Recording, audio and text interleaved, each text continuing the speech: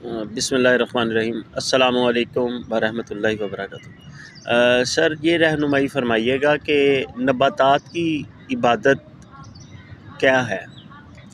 हाँ, इसमें वैसे तो बहुत से लोगों ने इसके ऊपर लिखा है, बहुत सी किताबें लिखी गई हैं, बहुत सी तफसीर लिखी गई हैं, क्योंकि सूरह रहमान के अंदर भी है कि जो पौधे हैं ये इबादत करते हैं, ये सजदा करते हैं।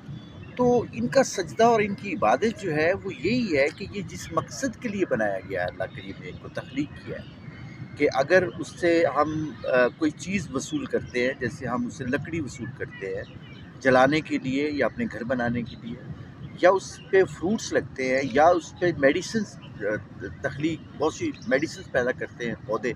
तो क्या वो जो पौधे हैं अपनी जिस मकसद के लिए कुदरत ने उनको बनाया है, क्या वो मखलूक के काम आते हैं उस मकसद में? अगर वो प्रोड्यूस कर रहे हैं तो यही उनकी इबादत है।